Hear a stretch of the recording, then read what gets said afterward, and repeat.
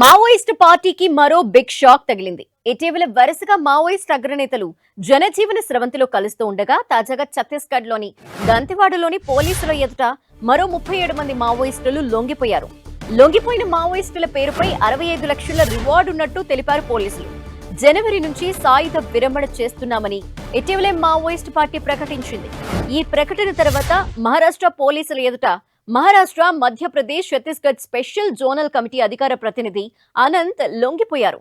15 మంది మావోయిస్టులతో కలిసి ఆయుధాలు వీడారు. ఇక తాజాగా మరో 37 మంది మావోయిస్టులు ఆయుధాలు వదిలి జనజీవన స్రవంతిలో కలిశారు.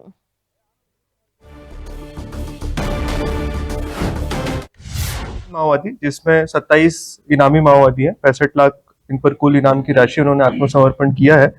विगत 2000 आपने देखा होगा 2024-25 साल जो है लगातार ऑपरेशन चलता रहा है। डीआरजी, बसर फाइटर, सीआरपीएफ सभी ने मिलकर लगातार ऑपरेशन किए। हमारे जिले, पड़ोसी जिले सभी जगह मिलकर, और इसी का विभिन्न मुठभेड़ भी हुई है और साथ में कई सरेंडर्स भी हुए हैं। और आप लोगों के माध्यम से लगातार हम लोगों ने अपील भी किया है सरेंडर के लिए।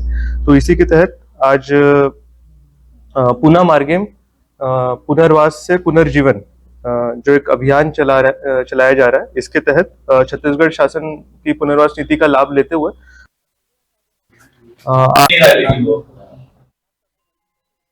దంతెవాడలో మావోయిస్టుల లొంగుబాటుకి సంబంధించి డీటెయిల్స్ మా ప్రతినిధి సైదులు అందిస్తారు. సైదులు. ధనలక్ష్మి, ఛత్తీస్గఢ్ లో వరుస అంటే మావోయిస్టులకి వరుస ఎదురు దెబ్బలు తగులుతున్నాయని చెప్పుకోవచ్చు.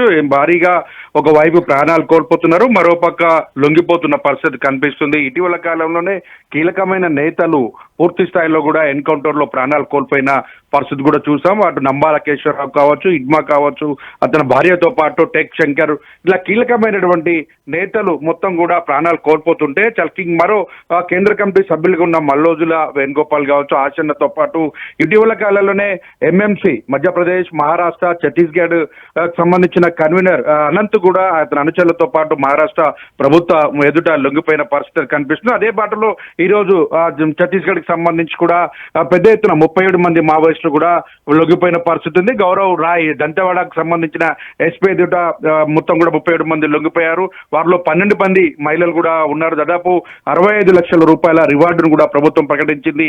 ఎన్కౌంటర్ లో ప్రాణాలు కోల్పోవడం కంటే ప్రభుత్వం కల్పిస్తున్న పునరావాస కేంద్రాలలో భాగంగా జనజీవన స్రవంతుల్లోకి కలిసి రావాలని చెప్పేసి కూడా అటు పోలీసులు చెప్తున్న పరిస్థితి. ప్రభుత్వాలు కూడా అటు కేంద్ర ప్రభుత్వం కావచ్చు, రాష్ట్ర ప్రభుత్వం కూడా జనజీవన స్రవంతిలో కలిసి వచ్చేందుకు సిద్ధం కావాలని కూడా ఒక వైపు నుంచి కూడా కోరుతున్న పరిస్థితి. లొంగిపోయినటువంటి మావోయిస్టుల కోసం వారు ముందుగానే పోలీసులతోనూ సంప్రదింపులు చేస్తున్నారు. సంప్రదింపులో భాగంగా వారికి ప్రత్యేకించి ఎటువంటి ఇబ్బంది కలగకుండా తిరిగి ఎన్కౌంటర్ జరుపుతారన్న భయం లేకుండా వారందరూ కూడా వాహనాలను ఏర్పాటు చేసి కూడా వారు లొంగిపోయేటటువంటి దంతెవాడకి సంబంధించిన కావచ్చు, బీజాపూర్ కావచ్చు, అటు మహారాష్ట్రకు సంబంధించిన ప్రాంతాల్లో కావచ్చు, పూర్తి స్థాయిలో బందోబస్తు కల్పిస్తూ వారందరినీ కూడా పోలీసులు ఎదుట, ప్రభుత్వం పెద్దల ఎదుట కూడా వాళ్ళని లొంగిపోయేలా కూడా చేస్తున్న పరిస్థితి కనిపిస్తుంది. అందులో భాగంగానే ఈ రోజు 37 మంది కూడా లొంగిపోయిన పరిస్థితి కనిపిస్తుంది. 37 మందికి కూడా చాలా అంటే మొత్తం డివిజన్ కమిటీ సభ్యులు కావడంతో వారందరినీ కూడా ప్రత్యేక బస్సు ద్వారా తీసుకొని దంతెవాడ ఎస్పీ దగ్గర లొంగిపోయిన పరిస్థితి కనిపిస్తుంది. అందులో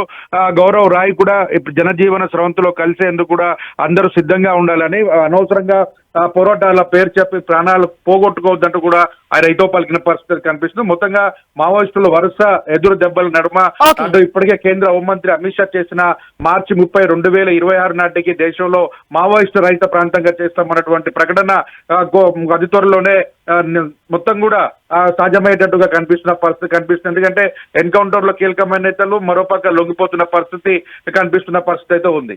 ఓకే, థ్యాంక్ యూ సైదులు.